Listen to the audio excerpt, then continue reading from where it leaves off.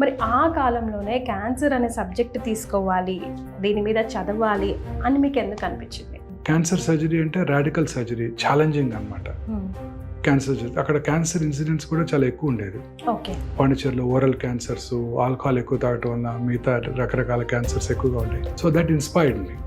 So అదే రోజున నేను డిసైడ్ చేసుకున్నాను, నేను క్యాన్సర్ సర్జరీ చేస్తాను. సో ఎలాంటి రిలేషన్ మీ ఫాదర్ తో ఉండేది sir? He was my best friend అండి. ఓకే. సో చాలా ఇద్దరం కలిసి చక్కగా కబుర్లు చెప్పుకునేవాళ్ళం, మాట్లాడుకునేవాళ్ళం. ఇప్పుడు కూడా ఆయన నన్ను ఎంతో, అంటే ముగ్గురు సన్స్లో కూడా నన్ను బాగా ప్రేమగా చూసుకునేవాళ్ళు. సో మీ లైఫ్లో most beautiful situation or most beautiful day ఏంటి అని అంటే ఏం చెప్తారు? Nothing like that. Every day is a beautiful day. But the day to remember is when I got my post-graduation course in JIPMER. ఏదైనా ఒక కేస్ని describe చేయగలరా sir? మీరు expect చేసినట్టు కాకుండా ఉండొచ్చు, లేదా మీరు ఎక్స్పెక్ట్ చేసిన దానికన్నా ది బెస్ట్ అవుట్పుట్ రావచ్చు పేషెంట్ దగ్గర నుంచి. నేను తెలుసుకుంది ఏంటంటే, క్యాన్సర్ ట్రీట్మెంట్లో మేమిచ్చే ఈ ఇంగ్లీష్ మెడిసిన్, అలోపతి ట్రీట్మెంట్ కన్నా పేషెంట్ యొక్క మానసికంగా పేషెంట్ ధైర్యంగా ఉంటే క్యాన్సర్ని జయించేస్తారు.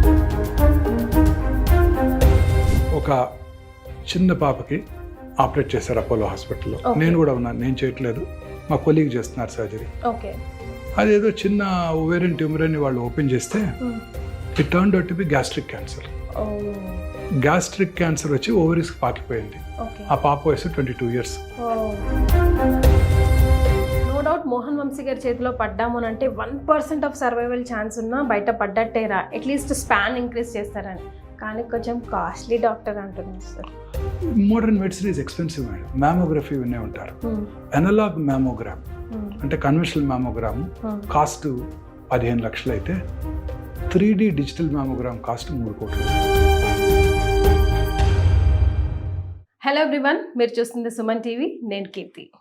మోస్ట్ అవైటెడ్ వీడియో ఫర్ మీ, బికాజ్ ఏజెస్ నుంచి నేను సార్ని అడుగుతున్నాను ఒక్క ప్రొఫైల్ వీడియో చేద్దాం సార్ అని. ఫైనల్లీ ఒప్పుకున్నారు.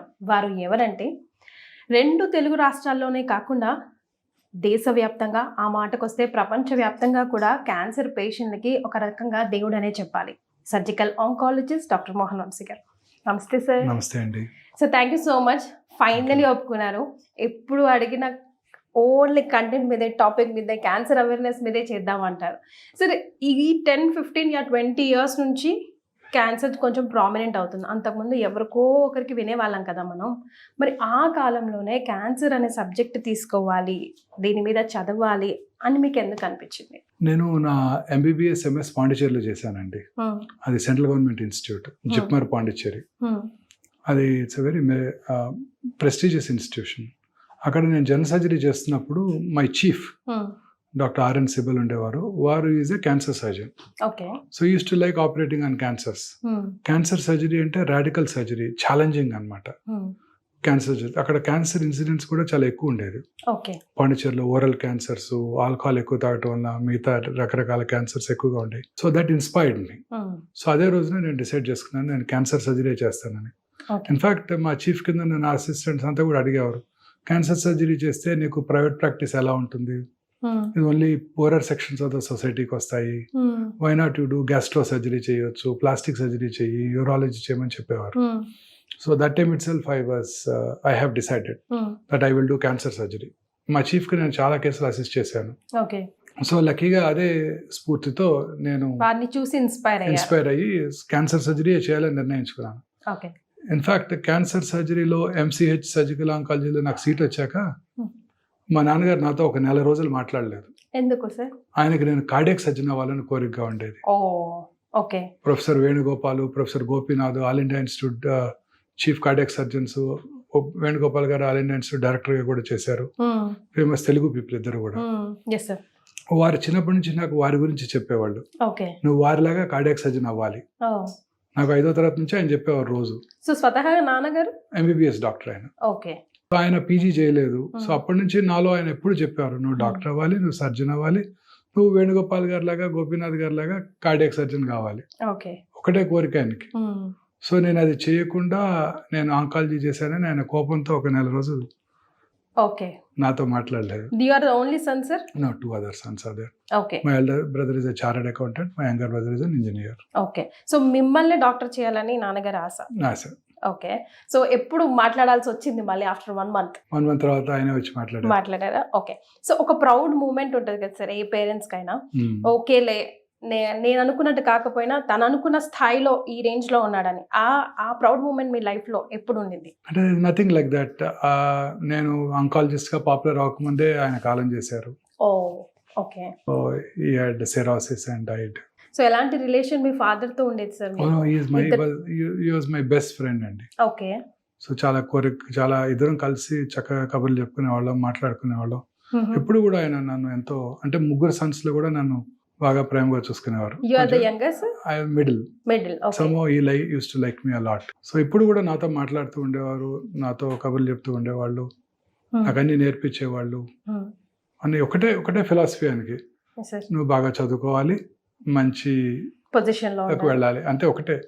ఎప్పుడు కూడా ఆయన హాలిడేకి వెళ్ళాలి, లేకపోతే ఒక గేమ్ నేర్చుకో అని కానీ ఆటలాడుకోవాలి కానీ ఎప్పుడు చెప్పలేదు ఆయన. ఎందుకు ఆయన ఎప్పుడు ఒకటే కోరిక, ఆయన పీజీ చేయలేదు. పీజీ చేయకపోవడం వల్ల ఆయన చాలా సఫర్ అయ్యారు. గవర్నమెంట్ జాబ్ లో చాలా చోట్ల ట్రాన్స్ఫర్స్ అయి ఉండేవి ఆయనకి. సో నువ్వు ఖచ్చితంగా స్పెషలిస్ట్ అవ్వాలి, సర్జన్ అవ్వాలి. ఆ రోజుల్లో ఖమ్మంలో ఉండే సర్జన్స్ 2-3 సర్జన్స్ ఉండేవారు. వారి దగ్గరికి నన్ను తీసుకెళ్లేవాళ్ళు, వారిని పరిచయం చేసేవారు.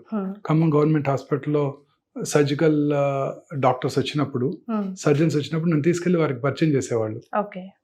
చూడు వీరిలాగా నువ్వు సర్జన్ అవ్వాలి అని చెప్పేవారు. ఓకే. సో నేను ఒకటి కోరుకుంటే ప్రకృతి ఒకటి కోరుకుంది అన్నట్టుగా మీకు చిన్నప్పటి నుంచి మీ గోల్ ఏముండింది సార్? డాక్టర్ అవ్వాలని ఒకటే మనసులో ఒకటే కోరిక, డాక్టర్ సర్జన్ అవ్వాలి, అంతే. ఇంకో కోరిక అంటూ ఏం లేదండి. ఓకే. సర్జన్ అవ్వాలి, పీజీ జాయిన్ అయ్యాక క్యాన్సర్ సర్జన్ అవ్వాలి. Okay. So you are living your dream. మీ ఫ్యామిలీ గురించి ఒకసారి sneak peek to your family sir. మీ పిల్లలు, family. My wife she's a gynecologist, but unfortunately because of my career she sacrificed her career. Oh, so sweet. She had to take care of the children కాబట్టి పిల్లలు చూసుకోవడం కోసం తను practice చేయలేదు ఎప్పుడు కూడా. ఓకే. తను ఎక్కడ ఈవినింగ్ 1 గంట క్లినిక్ చూసేవారేమో, అది కూడా చాలా తక్కువ. Otherwise she never practised. నాకు అసిస్ట్ చేసేవారు. నేను గైనకాంకాలజీ చేసేటప్పుడు she learned. Okay. She assisted me for all my gynaec oncology cases. Even now she assist me. Okay. Kids gynaec oncology చేసినప్పుడు పాప షీఈస్ MD రేడియేషన్ ఆంకాలజీ చేసింది, but she doesn't practise oncology. ఎందుకు? She did MBA from Barcelona. She wants to do her own business now. మా అబ్బాయి BBA చేశాడు. He helps me in finance. Okay. Out here. Okay. So life is beautiful అంటారు కదా. So మీ life లో most beautiful situation or most beautiful day ఏంటి అని అంటే ఏం చెప్తారు? Nothing like that. Every day is a beautiful day. But the day to remember is when I got my post-graduation course in JIPMER. Okay. MBBS pass అయ్యాను. ఆ తర్వాత MS entrance రాయాలి. Post graduate entrance చాలా difficult గా ఉండేది ఆ రోజుల్లో to get in a seat.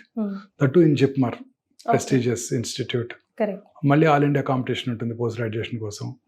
So ఆ రోజు ఫస్ట్ అటెంప్ట్ లో నాకు సీట్ వచ్చినప్పుడు that is the most memorable day for me. Immediate గా జాయిన్ అయ్యాను, MBBS పాస్ అయిపోయాను, వెంటనే సీట్ వచ్చేసింది ఫస్ట్ అటెంప్ట్ లోనే.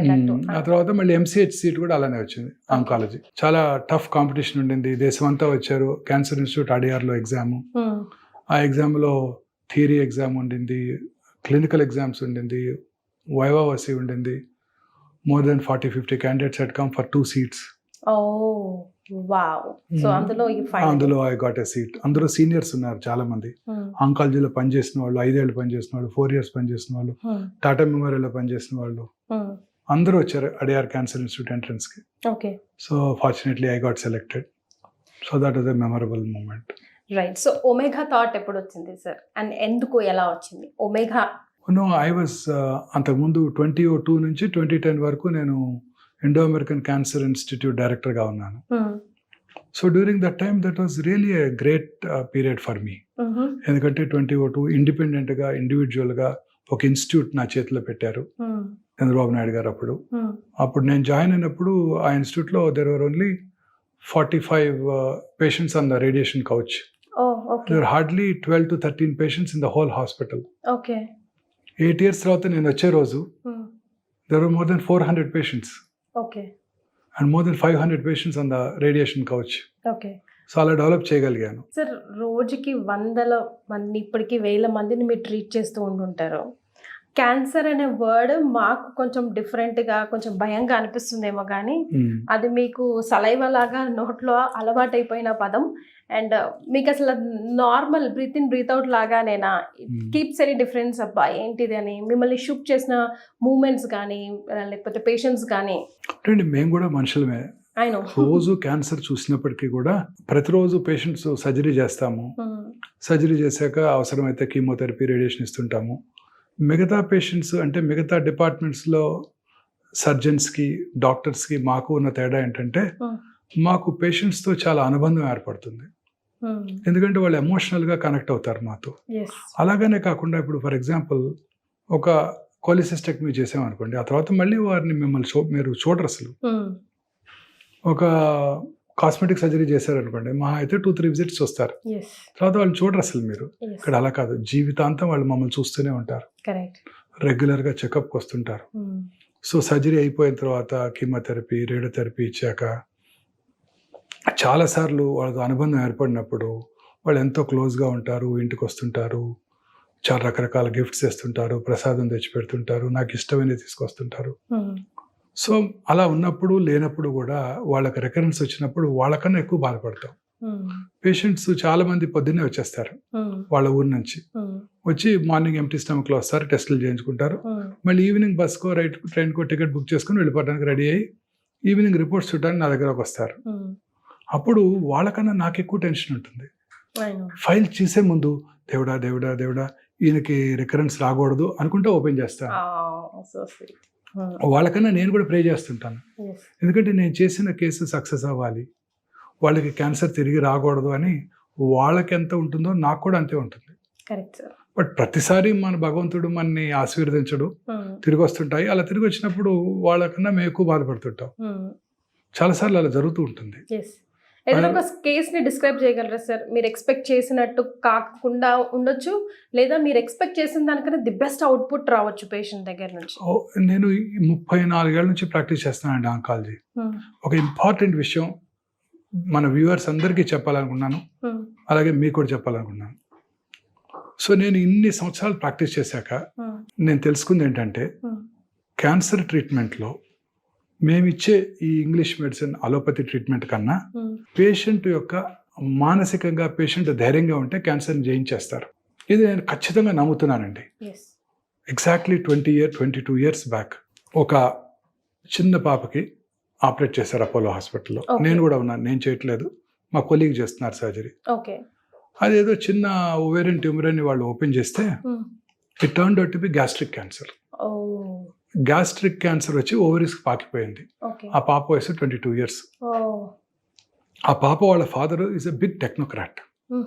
ఆయన హైదరాబాద్లో lot of companies which are not doing well, you know, చాలా companies which are not doing, వాటిని టేక్ ఓవర్ చేసి వాటిని టర్న్ అరౌండ్ చేసి ప్రాఫిట్లోకి తీసుకొచ్చే మనిషి. వెరీ ఫేమస్ మ్యాన్ ఆ రోజుల్లో, తమిళియన్. సో వాళ్ళ అమ్మాయి. సో ఈ జరగటంతో ఆయన చాలా డిప్రెషన్ లోనయ్యారు. సో లోనయ్యి ఆయన చెప్పిన కాన్సెప్ట్ ఏంటంటే, తర్వాత నాతో చాలా సార్లు మాట్లాడారు. ఆయన ఏమనేవారంటే, ఆయన అప్పుడే చెప్పారు, నేను ఇప్పుడు గమనించింది ఆయన ఆ రోజు చెప్పారు, నాన్ మెడికల్ మ్యాన్. నేను 34 ఏళ్ల ప్రాక్టీస్ తర్వాత నేను అనుభవంలోకి వచ్చిన విషయాన్ని ఆయన ఆ రోజు చెప్పారు. డాక్టర్ గారు, క్యాన్సర్కి ఇది ఒకటే ట్రీట్మెంట్ కాదు, అలోపతి మెడిసిన్ ఒకటే కాదు, మానసిక ధైర్యం ఇంపార్టెంట్. క్యాన్సర్ పేషెంట్స్కి ఇది మనం డెవలప్ చేయాలి, వాళ్ళందరికీ మనం కూడా మానసిక ధైర్యంగా ఉండేటట్టు చేయాలి. అలా చేస్తేనే వాళ్ళు క్యాన్సర్ జయిస్తారని వాళ్ళ పాపను అబ్జర్వ్ చేశాక ఆయన తెలుసుకున్నారు. సో నేను ఆయన దగ్గర కూడా రానివ్వలేదు ఆ రోజుల్లో. నేను I didn't believe in that. I thought ఈయనేదో వేదాంత్ మాట్లాడుతున్నారు, ఇది అసలు కరెక్ట్ కాదు, నమ్మకం. క్యాన్సర్కి ట్రీట్మెంట్ ఈ అలోపతి వైద్య విధానమే, ఇది స్ట్రాంగ్ సైంటిఫిక్ ఫౌండేషన్ ఉంది దీనికి. క్యాన్సర్ ఎలా పెరుగుతుంది, క్యాన్సర్ని ఎలా క్యూర్ చేయాలి, ఆ క్యాన్సర్ సెల్ ఎలా టార్గెట్ చేయాలి, క్యాన్సర్ సెల్ సైకిల్ ఎలా ఉంటుంది, ప్రతి సైకిల్లో దాన్ని ఎఫెక్ట్ చేసే డ్రగ్స్ ఉన్నాయి, ఇదంతా సైంటిఫిక్ ఫౌండేషన్ ఉంది. ఈ సైంటిఫిక్ ఫౌండేషన్ కాదని మూఢనమ్మకంతో ఆయన ఏదో చెప్తున్నారు అని నేను అనుకుని ఆయన దగ్గర కూడా రానివ్వలేదు. మళ్ళీ కలవలేదు ఆయన్ని, ఇప్పటి వరకు కలవలేదు. కానీ ఇన్ని సంవత్సరాల ఎక్స్పీరియన్స్ తర్వాత నేను నేర్చుకుంది ఏంటంటే, ఆయనే correct. Surgical oncologist, medical oncologist, radiation oncologist ఎంత రోల్ ప్లే చేస్తారో క్యాన్సర్ పేషెంట్స్లో ఉండే ధైర్యము అంతకన్నా ఎక్కువ రోల్ ప్లే చేస్తుంది. నేను నవజోత్ సింగ్ గారు, సుధీర్ గారు చెప్పారు ఆల్టర్నేటివ్ మెడిసిన్ తీసుకున్నానని. నేను ఆల్టర్నేటివ్ మెడిసిన్కి క్రెడిట్ ఇవ్వట్లేదు, ఆయన వైఫ్కి క్రెడిట్ ఇస్తున్నాను. ఆయన యొక్క వారి వైఫ్లో సపోర్ట్ చేశారు, ధైర్యం నింపారు. ఆ ధైర్యంతో ఆమె ఆ క్యాన్సర్ని జయించి ఉండవచ్చు. Alternative medicines is not important. ఏదో ఒకటి ఆల్టర్నేటివ్ మెడిసిన్ రూపంలో కానివ్వండి, ఏదో ఒక రూపంలో అయినా వారి వైఫ్కి ధైర్యం చెప్పారు. సో 300 మంది క్యాన్సర్ డాక్టర్లు ఇది తప్పు, ఇది మిస్కన్సెప్షను, దీన్ని ఖండించాలి, పేషెంట్స్ ఇలా ఫాలో అవ్వకూడదని అందరూ చెప్తున్నప్పటికీ నా మనసులో నేను ఎస్, పేషెంట్ కనుక ధైర్యం నింపగలిగితే అదే ధైర్యంతో ఆ పేషెంట్ క్యాన్సర్ని ఎదుర్కొంటారు.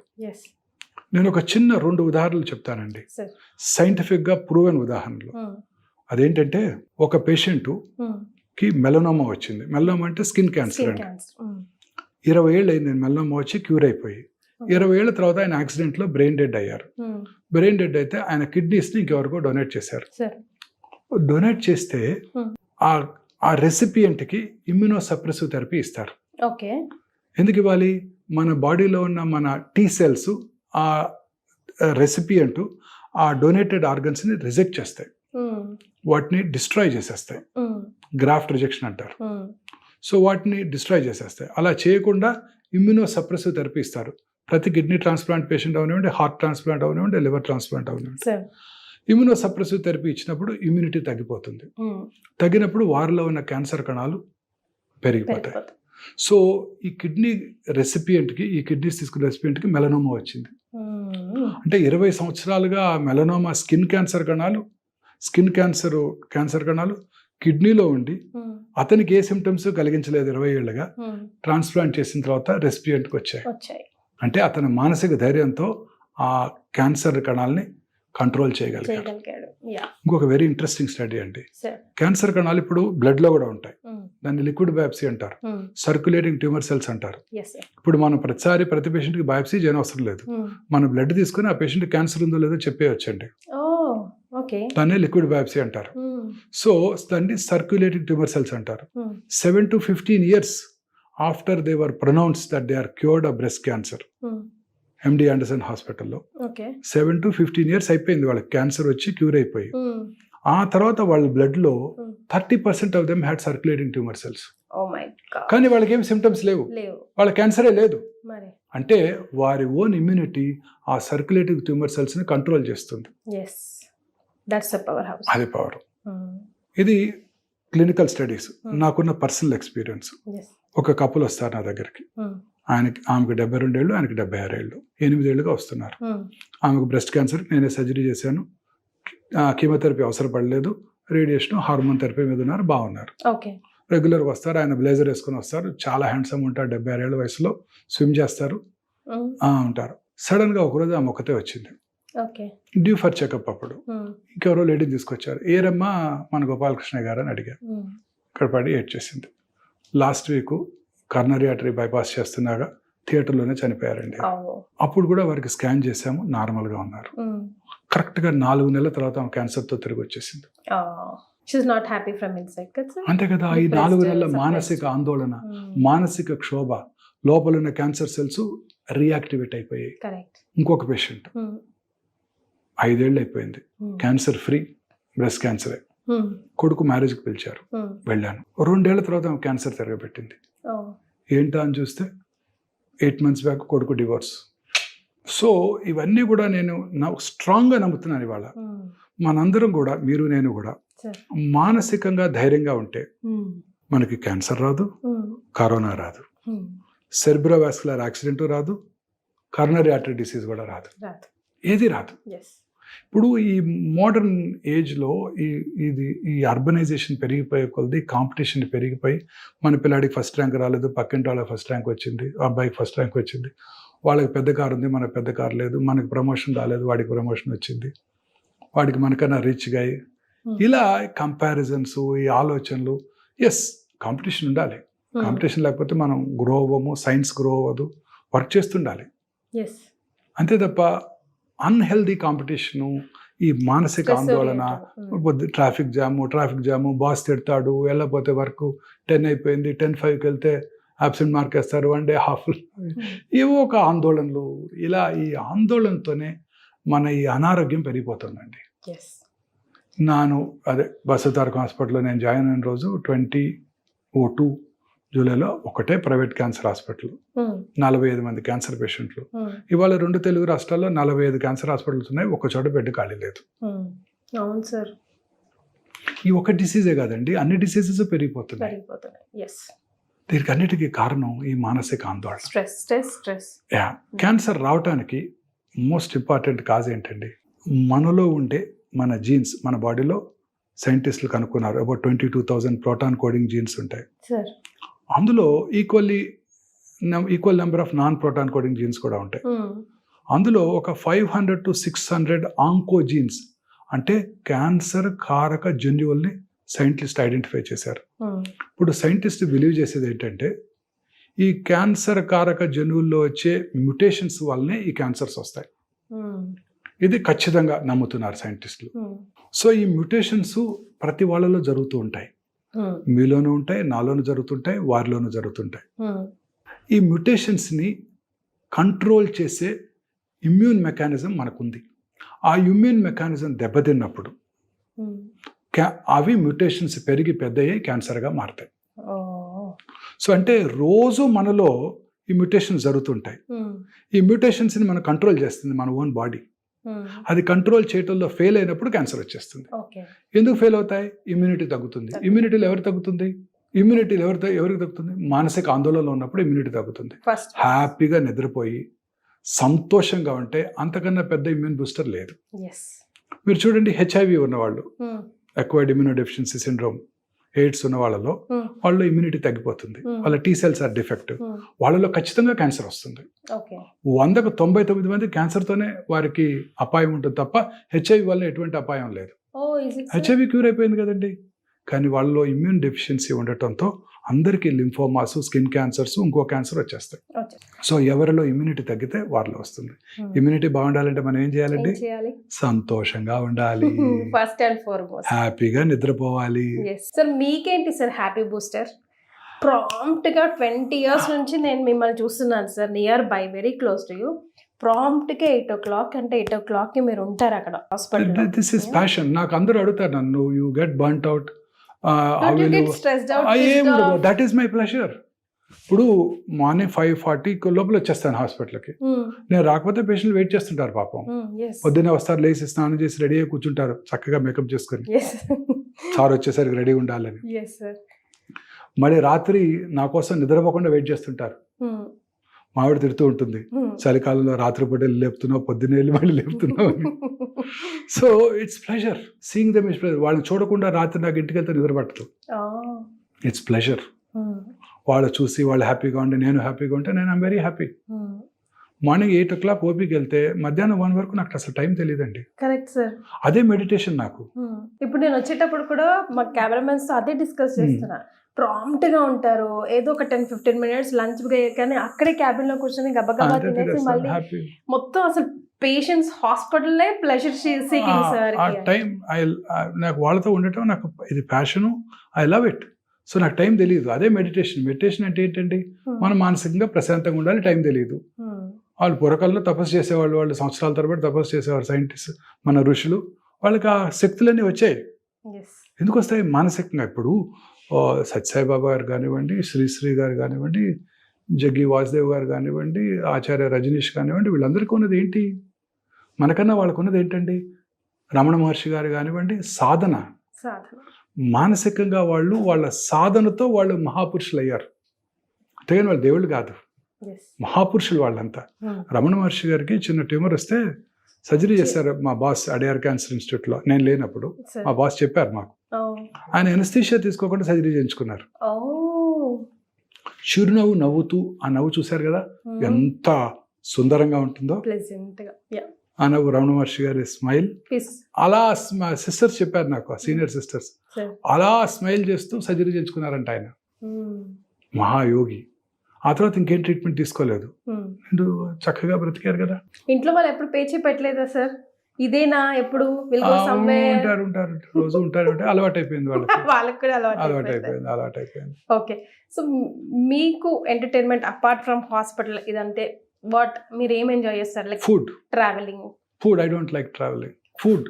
ఏం food sir? I love food. అన్ని నో ఫుడ్. అన్ని ఐ లవ్ ఫుడ్. మీరు నేను ఒక్క 10 నిమిషాలు టీవీ చూసినా ఫుడ్ ప్రోగ్రామ్స్ చూస్తా. Oh, is it? అంతే 100%. Okay, so what do you eat in a day? How, sir, tell me your daily routine. నేను అసలు ఫుడే లవ్ చేస్తాను. నాకు ఇంకొక ఆలోచన రాదండి.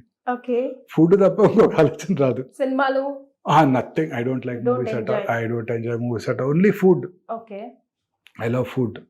అన్ని రకాల ఫుడ్ ఐటమ్స్ తీస్తాను. I'm vegetarian. పాస్ట్ 30 years గా ఐఎమ్ వెజిటేరియన్. గత 6 నెలలుగా వీగన్ కూడా అయిపోయాను. Oh, is it? అంతకుముందు పన్నీర్ ఎక్కువ తినేవాడిని. ఇప్పుడు I thought I would become a vegan. Why, sir? So animal protein, animal this thing వాళ్ళని మిల్క్ చేసి, మెషిన్స్ తో మిల్క్ చేసి, దాంట్లో వచ్చే బ్లడ్, చీము కూడా మన మిల్క్ లోకి వస్తుంది. Okay. అది విన్నాక అసలు నాకు మళ్ళీ పాలు కూడా తాగబుద్ధి కాలేదు. Okay. నేను నాకు ఇష్టమైన పన్నీర్ని కూడా వదిలేసాను. Oh. Food I love food. Telugu food పులిహార, పాయసం ఇప్పుడు మానేశాను కదా, మిల్క్ అయిపోయింది, పాయసం కూడా అయిపోయింది. You cook anytime, sir? By any chance? నేను రోజు మావిడితో అంటాను, నేను రిటైర్ అయినాక I would become a chef అని. రోజు సజెషన్స్ ఇస్తుంటాను, ఇలా చేయాలి అని. So I love food, I love cooking, but I don't have time. Maybe retire అయినాక ఇప్పుడు అంటుంటాను, నేను ఈ సర్జరీ చేయకపోతే I would have become world famous chef అని. Who is your favorite chef, sir, then? అలా ఎవరు లేరండి. My mother was my best chef. Okay. She was a great cook. అంతే సార్. ఎవరికి వాళ్ళ తల్లిగారు great cook. Of all my mother was an extraordinary cook. Madam గారికి కోపం వస్తుందేమో ఇప్పుడు. వస్తుంది. పెద్ద ఫ్యామిలీలో వారు ఒక్కరే పనిచేసేవారంట. ఓకే. పెద్ద ఫ్యామిలీ విజయవాడలో వాళ్ళది. అందరూ వాళ్ళ ఇంటికి వచ్చేవారంట. వారి అక్కగారు కొంచెం షీ వాజ్ అన్వెల్. సో ఈవిడే అందరు కుక్ చేసి పెట్టేవారంట. So great cook. ఓకే. అసలు మూవీస్ ఏం చూడలేదా సార్ ఇప్పుడు వరకు? పెద్దగా చూడలేదండి. ఓకే. హీరో కృష్ణ గారు బతికుండగా వాళ్ళ అబ్బాయి సినిమా రిలీజ్ అయితే టికెట్లు పంపేవారు. ఓకే. అవి కూడా చూసాను అంతే తప్ప. నా ఫేవరెట్ హీరో జగపతి బాబు గారు అండి. జగపతి బాబు గారు. ఓ వావ్. మరి హీరోయిన్స్ అంటే ఎవరు లేరండి, పాత హీరోయిన్ లేదు. అందరూ పాత హీరోయిన్స్ సార్. నాకు అంటే కాంచన గారు అంటే చాలా ఇష్టం. Okay. She was very beautiful. Okay sir. Mohan Vamshi sir daily routine ఇది అని చెప్పుకోవడానికి మీరు ఎలా ప్లాన్ చేస్తారు? నథింగ్ స్పెసిఫిక్ అండి. నా డైలీ రొటీన్ ఏముంటుందండి, మార్నింగ్ 5 కల్లా లెగుస్తాను. For few minutes we talk to each other. 5-10 కల్లా పరిగెత్తాలి. Every minute is important. 5:35 కల్లా స్నానం చేసేసి గబగబా రెడీ అయిపోయి 5:40 కల్లా కార్ ఎక్కేస్తే 5:45-50కి ఇక్కడికి వచ్చేస్తాను హాస్పిటల్కి. That day starts. ఇంకా ఎవ్రీ మినిట్ రన్నింగ్. ఐసీయూకి వెళ్తాను, అక్కడ ఐసీయూ అటెండర్స్తో మాట్లాడతాను. తర్వాత వార్డ్స్ రౌండ్స్ చేస్తాను, అన్ని వార్డ్స్ రౌండ్స్ చేస్తాను. మళ్ళీ 8 కల్లా ఓపిక వచ్చేయాలి. 8 కల్లా ఓపిక వచ్చేస్తాను. 8 to 1:30 బోరింగ్ ఉంటుంది నా రొటీన్. ఓపి చూడటం. 1:30కి పైకి వచ్చి 1:32 కల్లా పైకి వచ్చి ఒక 10 minutes లంచ్ బ్రేక్. లంచ్ తర్వాత మాత్రం ఒక 10 minutes రెస్ట్ తీసుకుంటానండి. 10 to 15 minutes రెస్ట్ తీసుకుంటాను. అంతే. మళ్ళీ వర్క్ స్టార్ట్స్. సర్జరీ చేస్తాను. సార్ మీకు రొటీన్, కానీ అక్కడ ఎంత మంది ప్రాణాలు sir. True, that's true. Daily like some 500 తో ఈజీగా ఓపీస్ చూస్తారు. లేదు, అంత ఉండదు. ఇదివరకు అప్పుడైనా 50 to 80 మంత్లీ క్యాన్సర్ రోజు ఒక 80 to 100 people చూస్తానండి ఈజీగా. ప్రతి పేషెంట్ మీద కాన్సన్ట్రేట్ చేయాలి. మనం ఇచ్చే నిర్ణయం మీద వాళ్ళు ఎలా చూస్తూ ఉంటారు పాపం. ఎంతో ఆశతో వస్తారు, ఎంతో ఎక్కడి నుంచో వస్తుంటారు, అనేక ఊళ్ళ నుంచి వస్తుంటారు పాపం. వాళ్ళందరూ వచ్చి మన సలహా కోసం వెయిట్ చేస్తారు. చాలా ప్రాబ్లమ్స్ నాకు తెలియని ఉంటాయి. వాటిని చదువుకోవాలి, రెగ్యులర్గా డిస్కస్ చేయాలి, కొలీగ్స్తో మాట్లాడాలి. Cancer treatment is a team work. Surgical oncologist ఒక్కరే కాదు, మెడికల్ ఆంకాలజిస్ట్, రేడియేషన్ ఆంకాలజిస్ట్, నాకు మంచి టీం ఉంది. అందరం గబగబా డిస్కస్ చేసుకుంటాం. అందరూ కూడా ఇక్కడే ఫుల్ టైం ఎంప్లాయీస్. చేసుకొని మా సొల్యూషన్ వాళ్ళు చెప్తాము. సార్ రకరకాల పేషెంట్స్ ని డీల్ చేస్తూ ఉంటారు కదా, మరి మీ ఇమ్యూనిటీని మీరు ఎలా సేఫ్ గార్డ్ చేస్తారు? మేడం, మొన్న మధ్య నారాయణమూర్తి గారు, ఇన్ఫోసిస్ నారాయణమూర్తి గారు ప్రతి వారం 70 hours వర్క్ చేయాలని చెప్తే అందరూ ఆయన క్రిటిసైజ్ చేయడం ప్రారంభించారు. నీ వల్ల చాలా మంది ప్రాణాలు కోల్పోతున్నారు అని అందరూ క్రిటిసైజ్ చేశారు. బట్ ఈ స్టక్ టు హిస్ గన్స్. లేదు, ఐ బిలీవ్ ఇన్ దట్. ఖచ్చితంగా 70 hours. నేను I work for an average 120 hours a week. Double almost 120 hours minimum పని చేస్తాను madam. Okay. On an average. ఇప్పుడైతే 120 hours చేస్తాను. ఈ వయసులో, 60 ఏళ్ల వయసులో 120 hours I work even now every week. Super. Every week పని చేస్తాను. ఎవ్రీ డే 18 hours హాస్పిటల్లోనే ఉంటాను. చాలాసార్లు ఐ టాయ్డ్ విత్ ఐడియా ఇక్కడే ఉంటే బోద్దేమో టాప్ ఫ్లోర్లో పడుకుంటే. కాకపోతే మా వైఫ్ కోపం, ఇల్లు కూడా మార్చేస్తున్నాం, దగ్గరికి వచ్చేస్తున్నాం. ఓకే. బంజారాహిల్స్లో ఉండి ఇప్పుడు ఇక్కడికి వచ్చేస్తాను, గచ్చిబౌలికి వచ్చేస్తున్నాం. నెక్స్ట్ 3 monthsలో will be in Gachibowli. So I can reduce the travel time also. I enjoy this. ఎక్కడా రాలేదు. ఐ ట్రావెల్ ఎలా అంటే ట్రావెల్ ఇష్టం లేకపోయినా ట్రావెల్ చేస్తున్నాను. ఓకే. చాలా హాస్పిటల్ చూశాను. మొన్న మధ్య శ్రీనగర్, జలంధర్, నాసిక్ అనేక ఊర్లు వెళ్ళాను. ఈ 20 weeksలో 20 cities కవర్ చేశాను. 20 cities. midnight 12 o'clock ఫ్లైట్కి వెళ్తాను. Either Bombay or Delhi or Chennai. అక్కడ నుంచి ఎర్లీ మార్నింగ్ చిన్న చిన్న డెస్టినేషన్స్కి వెళ్ళిపోతాను. ఓకే. సో రాత్రిపూట ట్రావెల్ చేయటం, పొద్దున్న పని చేసుకోవటం. అది కూడా మిస్ కాదు మళ్ళీ. మిస్ కావద్దు. సార్ మినిమం 120 hours పని చేస్తాను. I believe in it. That's my passion. That keeps me healthy. Sir me future goal ఇప్పుడు 60 yearsలో మీ ఫ్యూచర్ గోల్ ఏంటి అంటే ఏం చెప్తారు? సో 2 things అండి. ఒకటి, మొన్న మధ్య మీరు Zerodha CEO's interview with podcast with bill gates విన్నారా? మీ హెల్త్ని ఎలా కాపాడుకుంటాను అంటే he said I use take vitamins, దానికి ఏం డౌన్ సైడ్ లేదు. then he said I will do a test called Galleri test, Grail test అని. దట్ క్యాన్సర్ రావటాన్ని ముందుగా పసిగట్టవచ్చు. ఆ జెనోమిక్స్ని ఇండియాకి తీసుకురావాలనేది ఒకటి. I'm very sure in few months we will have this genomics. అదొకటి. తర్వాత I want to develop the largest cancer hospital chain in the country. See ఇప్పుడు లేటెస్ట్ ఎకనామిక్ సర్వే వాళ్ళది, ఎకనామిక్ టైమ్స్ వాళ్ళ రిపోర్ట్ ప్రకారం hardly 30% of districts in India are having comprehensive cancer care centres. Cancer incidence ర్యాపిడ్గా పెరిగిపోతుంది and grossly under reported. ఇప్పుడు India's population ఎంత madam? 1.454 billion as of today, approximately. Yes. And భారతదేశ Indian council for medical research estimate వారి ప్రకారం భారతదేశంలో వచ్చే కొత్త క్యాన్సర్లు 1.4 million అంతే. 1.4 million అంతే. అదే చైనాస్ పాపులేషన్ ఎంతో తెలుసా అండి? 1.425 billion. అంటే hardly 200,000 less than India's. But చైనాలో యాన్యువల్ క్యాన్సర్ ఇన్సిడెన్స్ ఎంత అండి? 4.8 million. మనకన్నా 4 times. అది ఎలా వీలవుద్ది మేడం?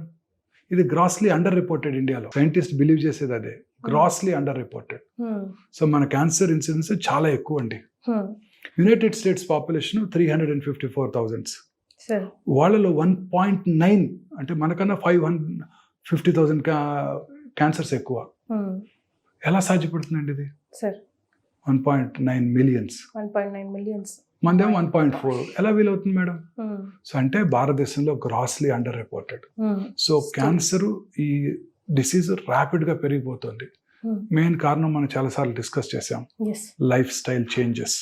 మనం తీసుకునే ఆహారం, ప్రతి ఆహారము contaminated, polluted, pesticides, fertilisers, microwaves, non stick tawas, what not everything, plastics, అన్నిటి వలన దురలవాట్లు పెరిగిపోతున్నాయి బాగా ప్రజెంట్ జనరేషన్కి.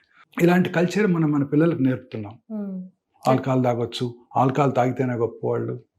They use to look down upon us if somebody takes alcohol. నాకు ఇంకా గుర్తుందండి, ఒక చాలా చోట్ల అంటే కొన్ని నార్త్ తెలంగాణలో ఆల్కహాల్ ఇస్ వెరీ కామన్. అందరూ కలిసి ఇంట్లోనే తాగేస్తుంటారు. కోస్టల్ ఆంధ్రాలో అలా కాదు. తాగటం ఈజ్ ఏ గ్రేట్ ఇది క్రైమ్. సో IMA మీటింగ్కి వెళ్ళినప్పుడు అసలు ఆల్కహాల్ సర్వ్ చేసేవాళ్ళు కాదు, ఇప్పుడు సర్వ్ చేస్తున్నారు. సో అందువలన మన భారతదేశంలో ఇంకా ఎక్కువ క్యాన్సర్ హాస్పిటల్స్ రావాల్సిన ఇది ఉంది. లేకపోతే మిగతా ఇప్పుడు కరోనరీ ఆర్టరీ డిసీజ్ ఉంది అనుకోండి, సరే ఇక్కడ ఫెసిలిటీ లేకపోతే దగ్గరలో ఉన్న ఊర్లోకి వెళ్ళి సర్జరీ చేయించుకొని వెనక్కి వచ్చేస్తారు, వారం రోజులు ఉంటారు. క్యాన్సర్ అలా కాదండి. సర్జరీకో 15 రోజులు ఉండాలి, ఫాలో అప్ ఉంటుంది, మళ్ళీ కీమోలు 3 వారానికి ఒకసారి వెళ్తూ ఉండాలి, మళ్ళీ రేడియేషన్ అంటే 1 నెల రోజులు అక్కడే ఉండాలి. ఎనార్మస్ బర్డెన్ అండి. నేను కర్నూలు వెళ్ళేవాడిని క్లినిక్కి, అలాగే విజయవాడ కూడా వెళ్ళేవాడిని వే బ్యాక్ ఇన్ 1994 to 2000. నాకు వెళ్ళటానికే చాలా శ్రమగా ఉండేది. బస్సులో నేను వెళ్ళి అక్కడ పేషెంట్ చూసి మళ్ళీ వెనక్కి రావడానికి, ట్రైన్లో వెళ్ళి చూసి వెనక్కి రావడానికి. అదే పేషెంట్ రావాలంటే వాళ్ళకి ఎంత స్ట్రెయిన్ అండి. వాళ్ళు క్యాన్సర్ పేషెంట్ ట్రీట్మెంట్ తీసుకొని వాళ్ళు already they are not healthy and every week రావాలి, ఎవ్రీ 3 weeks రావాలంటే ఎంత కష్టం. సో ప్రతి డిస్ట్రిక్ట్ హెడ్ క్వార్టర్స్ లోను కాంప్రహెన్సివ్ క్యాన్సర్ సెంటర్ పెట్టాల్సిన ఆవశ్యకత ఉన్నది భారతదేశంలో. లక్కీగా సౌత్ ఇండియాలో there are good number of centres, నార్త్లో it's completely empty. Wow sir, no doubt Mohan Vamsi గారి చేతిలో పడ్డాము అని అంటే 1% ఆఫ్ సర్వైవల్ ఛాన్స్ ఉన్నా బయట పడ్డట్టేరా, అట్లీస్ట్ స్పాన్ ఇంక్రీజ్ చేస్తారని. కానీ కొంచెం కాస్ట్లీ డాక్టర్ అంటున్నారు sir. Modern medicine is expensive madam. Modern medicine is very expensive. For example మీరు mammogram, the machinery you use here also, mammography వినే ఉంటారు. ఎనలాగ్ మ్యామోగ్రామ్ అంటే కన్వెన్షనల్ మ్యామోగ్రామ్ కాస్ట్ 15 లక్షలు అయితే 3D డిజిటల్ మ్యామోగ్రామ్ కాస్ట్ 3 కోట్లు madam. Amount of radiation exposure is very minimal. Conventional మ్యామోగ్రామ్తో మీరు 8 to 9 millimeters lump పట్టుకోగలిగితే 3D డిజిటల్ మ్యామోగ్రామ్లో 3 millimeter లంప్ కూడా పట్టుకుంటారు. అండ్ రేడియేషన్ ఎక్స్పోజర్ చాలా తక్కువ, 1/3 ప్రాక్టికలీ డిజిటల్ మ్యామోగ్రామ్లో.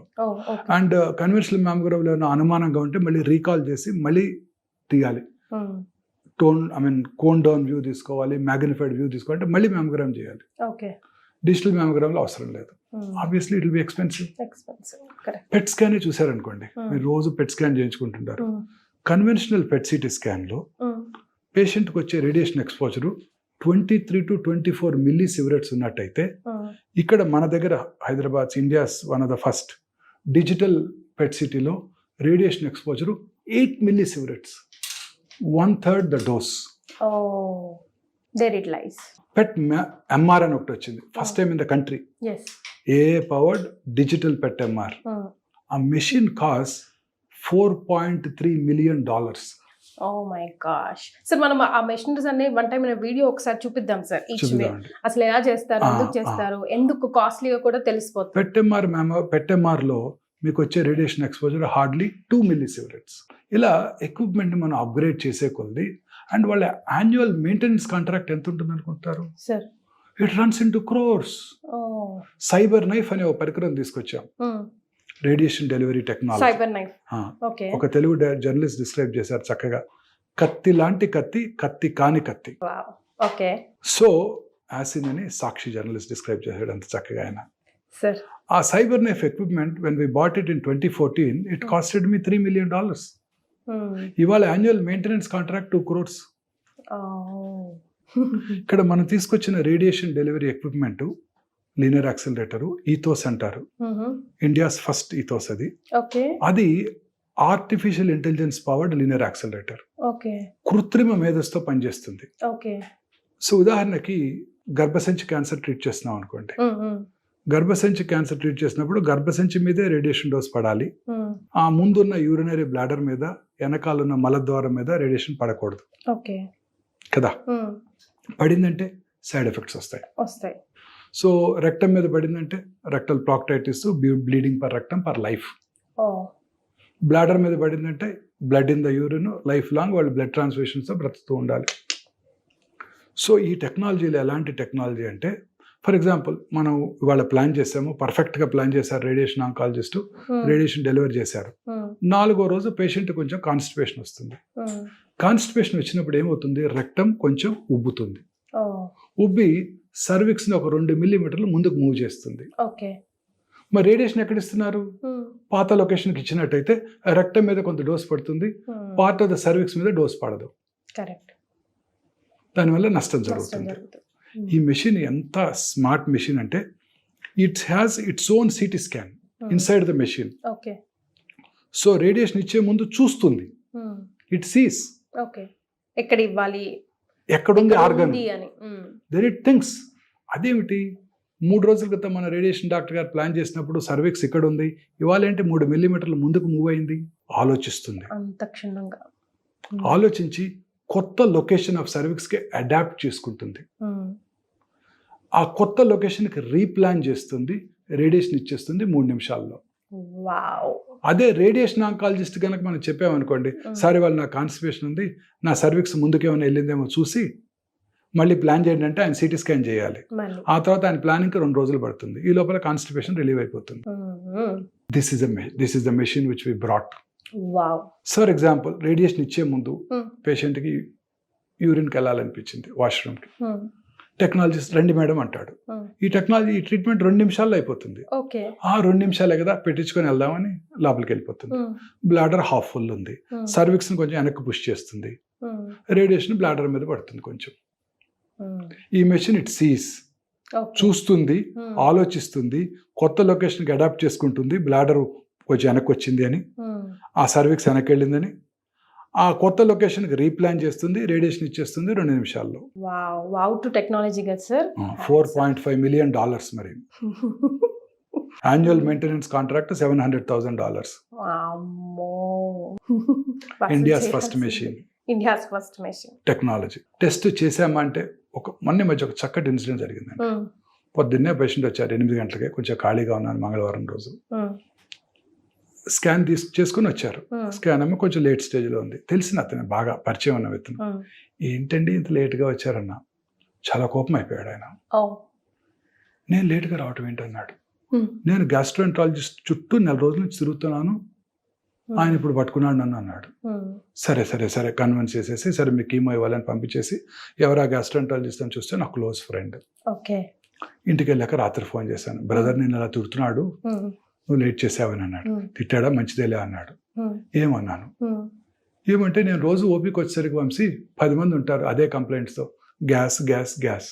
వచ్చిన ప్రతి వాడికి నేను ఎండోస్కోప్ వేస్తే గొట్టం వేసాడు సార్ 3,000 తీసుకున్నాడు, గ్యాస్తో వస్తే గొట్టం వేసి 3,000 తీసుకుంటారు, పక్కా కమర్షియల్ సార్ అంటాడు. అందుకే నేనేం చేస్తాను, ముందు మెడిసిన్స్ ఇస్తాను, 2 వారాలు ఆగి రాపో అంటాను. 2 వారాలు ఆగిన తర్వాత మళ్ళీ వస్తే మెడిసిన్ మార్చి మళ్ళీ ఇస్తాను. 3వ వస్తే అప్పుడు వేస్తాను ఎండోస్కోప్ అన్నాడు ఆయన. సార్ దీని మీద మీరు నిజంగా మాట్లాడాలి సార్. అవసరం ఉన్న చోట చేయకుండా ఇప్పుడు మెడికల్ మాఫియా అని, మెడికల్ టార్గెట్స్ అని, అదని లేదు మేడం, ట్రస్ట్ పోయిందండి డాక్టర్కి పేషెంట్. ఎందుకు? వై? అది అనేక రకాలైన కారణాలు ఉన్నాయి. That's a really wider topic, అది మనం డిస్కస్ చేయలేము. బట్ ట్రస్ట్ పోయింది ఎంతో. ఇప్పుడు ఫర్ ఎగ్జాంపుల్ నేను కూడా ఆలోచిస్తుంటాను, ఒక పువర్ పేషెంట్ వస్తారు, కారణం జరిగింది, నిజంగా జరిగింది. పువర్ పేషెంట్, సరిగా బట్టలు కూడా లేవు, బంజారా అమ్మాయి, తలనొప్పి అంటుంది. ఏం మామూలు తలనొప్పి, బ్రెస్ట్ క్యాన్సర్ 3 ఏళ్ళు అయిపోయింది, ఇప్పుడు బ్రెయిన్కి వచ్చి ఉంటుందా, వెయిట్ చేసి చూద్దాము అని చెప్పి. బ్రెస్ట్ క్యాన్సర్ బ్రెయిన్ కి వచ్చిందేమో, చిన్న అనుమానం వచ్చింది మనసులో. మళ్ళీ ఎంఆర్ఐ బ్రెయిన్ చేయాలంటే బోల్డ్ కాస్ట్. సరే చూద్దాము అని చెప్పి మెడిసిన్స్ రాసి పంపించేశాను. మళ్ళీ 15 రోజులకు వచ్చేసింది నాకు తలనొప్పి ఎక్కువైందని. సో అప్పుడు నేను ఎంఆర్ఐ చేయించాను. చేస్తే బ్రెయిన్లో మెట్స్ ఉన్నాయి. నెక్స్ట్ డే 10 మంది వచ్చేసారు. 15 రోజుల క్రితం నేను వచ్చినప్పుడు నువ్వు ఎంఆర్ఐ చేస్తుంటే నేను ముందుగా పట్టుకునేవాడిని, ఇప్పుడేమో నువ్వు 4th స్టేజ్ అంటున్నావు. అప్పుడు కూడా 4th స్టేజే, పెద్ద మ్యాటర్ అవ్వదు 14 days లో. బట్ వాళ్ళు ఎంతో కోపం అయిపోయారు. నువ్వు ఎంతసేపు నాకు టెస్ట్ చేయలేదు, నాకు టెస్ట్ చేయకుండా నువ్వు నెగ్లెక్ట్ చేసావు అని. చేస్తున్నాను అనుకోండి, ఎన్ని ఎంఆర్ఐలు రాయాల్సి వస్తుంది రోజుకి. ప్రతి వాళ్ళకి తలనొప్పి అనే కంప్లైంట్ ఉండినే ఉంటుంది. పొరపాటున కొంచెం మిస్ అయ్యాము అనుకోండి, తలనొప్పి నెగ్లెక్ట్ చేసామనుకోండి, చాలాసార్లు చెప్పగానే తలనొప్పి పెద్దగా లేదండి, అప్పుడప్పుడు వస్తుంది, తగ్గిపోతుందండి అంటారు. మళ్ళీ అయ్యో డబ్బులు లేవు పాపం చేయించుకోవడానికి, అయ్యో డబ్బులు లేవు కదా అని వదిలేసి తిరిగి మళ్ళీ 15 రోజులు పట్టుకుంటే మళ్ళీ వాళ్ళే అడుగుతారు. చాలా కష్టం అయిపోయిందండి ప్రాక్టీస్. ఇంత కష్టపడ్డా కూడా. ఓవేరియన్ క్యాన్సర్ పేషెంట్, నా పేషెంట్ కూడా కాదు, ఎవరి దగ్గర ఆపరేట్ చేయించుకున్నారు, కీమోలన్నీ అయిపోయి, నేను బంజారా హిల్స్ ఉన్నప్పుడు నా దగ్గరకు వచ్చారు ఓ రోజు పొద్దున్నే, చూశాను, ఏదో హెడేక్ అంటే రెఫర్ టు న్యూరాలజిస్ట్ అని రాసి పెట్టేశాను, అక్కడ పెట్టేశాను బై లక్కీగా. తర్వాత ఆ పేషెంట్కి నిజంగా మళ్ళీ వారానికి వచ్చారు, ఇంకెక్కడో న్యూరాలజిస్ట్ దగ్గరికి వెళ్తే ఎంఆర్ఐ చేస్తే బ్రెయిన్లో ట్యూమర్ ఉండింది, సర్జరీ చేశారు, పేషెంట్ చనిపోతే నేను పట్టుకోలేదని కేసు కూడా వేశారు. అక్కడ కేస్ షీట్లో రాసింది రెఫర్ టు న్యూరాలజిస్ట్ అని. ఒక టెస్ట్ ఎక్కువ చేస్తే కమర్షియల్, తక్కువ చేసి మిస్ అయ్యామంటే డాక్టర్ గారు సరిగ్గా చూడలేదు, ఎక్కువ ఎంతసేపు ఎంతమంది పేషెంట్ చూడాలన్న కోరికే తప్ప ప్రతి పేషెంట్ మీద ఇంట్రెస్ట్ చూపట్లేదు. చాలా కష్టమైపోయిందండి ప్రాక్టీస్. అప్పుడు ఎలా డీల్ చేస్తారు sir? But lot of patients have confidence in us. వాళ్ళతో మనం మర్యాదగా ఉంటాము, చక్కగా మాట్లాడతాము, మన వాళ్ళనే భావిస్తాము. సో ఎవరిని కూడా మనం కొన్నిసార్లు ఇరిటేట్ అవుతుంటాం, ఎప్పుడు హ్యూమన్. బట్ చాలా వరకు నేను అది I don't get angry. So దాంతో పెద్ద కష్టాలు రావు. పేషెంట్తో కాంప్లికేషన్స్ వచ్చినా చక్కగా మాట్లాడి కాంప్లికేషన్స్ అని వాళ్ళకి ఎక్స్ప్లెయిన్ చేస్తూ రెగ్యులర్గా రోజుకు 2-3 సార్లు వాళ్ళతో టచ్లో ఉంటే వాళ్ళు అర్థం చేసుకుంటారు. పేషెంట్ దగ్గరే అక్కడే దెన్నంది వదిలేస్తారా, లేకపోతే ఆ ఇన్నర్ పెయిన్ ఉంటుందా సార్? ఉంటుందండి. పేషెంట్ సిక్ అయితే మేము ఎక్కువ బాధపడతాం, రోజంతా డిస్టర్బ్ అవుతాం. Actually that is the only cause of mental disturbance for me.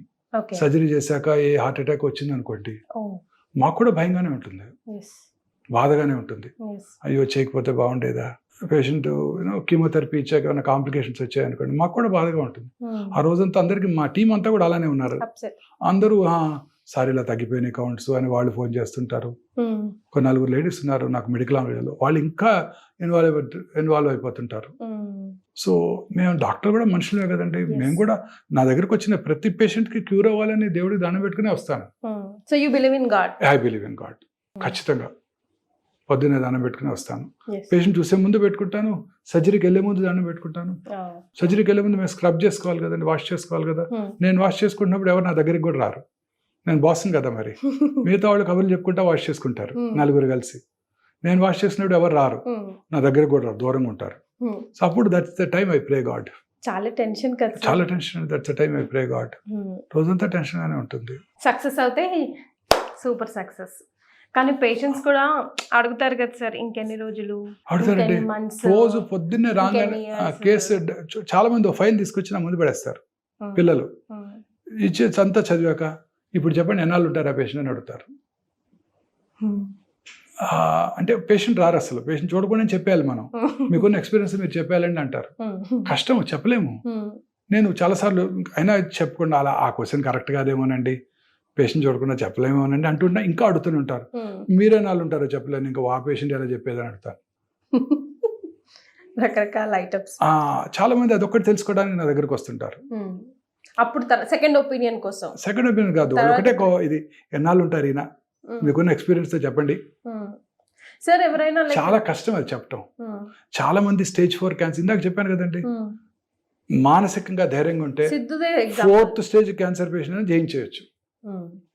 అందరూ సిద్ధు గారిని తిట్టినా నేను సిద్ధు గారి మీద చాలా గౌరవంగా ఉన్నాను. ఎస్, మీరు మీ వైఫ్లో ఒక కాన్ఫిడెన్స్ ఇన్స్టిల్ చేశారు, ఆమెను ఎంతో ధైర్యంగా ముందుకు తీసుకెళ్లారు. మీరు నమ్మిన పసుపే కానివ్వండి, ఫాస్టింగే కానివ్వండి. You always say that sir. అంటే నేను కూడా చూసాను కదా, అంటే మిగతా ఏ డాక్టర్స్ అన్నా ఇంకా ఇతర ట్రీట్మెంట్స్ వద్దంటే వద్దు, ఎందుకు ఇక్కడ తీసుకో అలా అంటారు, కానీ మీకు ఏ చేయాలనిపిస్తే ఇది మానకండి, ఇది మానకండి. ఆయుర్వేదం ఏదైనా వెళ్ళండి అంటారు. ఫాస్టింగ్ ఆల్సో హెల్ప్స్ అండి.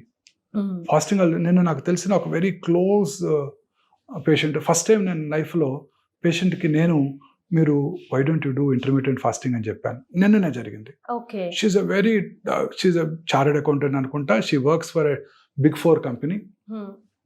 She is been taking treatment regularly for past 4 years. పాపం ఇంకా తిరిగి వస్తూనే ఉంది ఓవేరియన్ క్యాన్సర్. నేను ఫస్ట్ టైం చెప్పానండి నేను ఈ సిద్ధు ఎపిసోడ్ ముందే చెప్పాను, why don't you do fasting అని. ఎందుకు చెప్పారు డాక్టర్ గారు అంది. నేను నా ఎక్స్పెరిమెంటెడ్ మై సెల్ఫ్ అన్నాను. నేను చేశానండి. నేను కొన్ని ఇతరత్ర కారణాల వల్ల సడన్ గా ఒక 15 kgs పెరిగాను వెయిట్. సో గత 4.5 months గా నేను ఇంటర్మీడియట్ ఫాస్టింగ్ చేశాను. 18 hours ఫాస్టింగ్ చేస్తాను ఇప్పుడు కూడా. 18 hours మధ్యాహ్నం 1:30 అలా తింటాను, మళ్ళీ 7 లోపల ముగించేస్తాను. సో ఐ వాజ్ హ్యాపీ, చాలా హ్యాపీగా ఉన్నాను. సో ఫస్ట్ టైం ఒక పేషెంట్ సజెస్ట్ చేశాను. I don't know it's correct or not, నన్ను మీరు క్వాక్ అనండి ఏమన్నా కానీ first time suggested.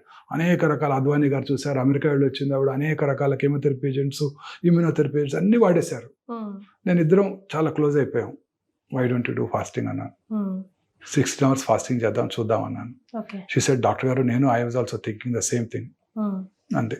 So let's see how she fares. Sir ఇప్పుడు అప్కమింగ్ డాక్టర్స్ కి ఆర్ స్టూడెంట్స్ డాక్టర్స్ కి, ఫ్యూచర్ డాక్టర్స్ కి మీరు చెప్పే సజెషన్ ఎట్ ది ఎండ్ లో? ఇది ఒక డెడికేటెడ్గా ఉండవలసిన ప్రొఫెషన్ అండి.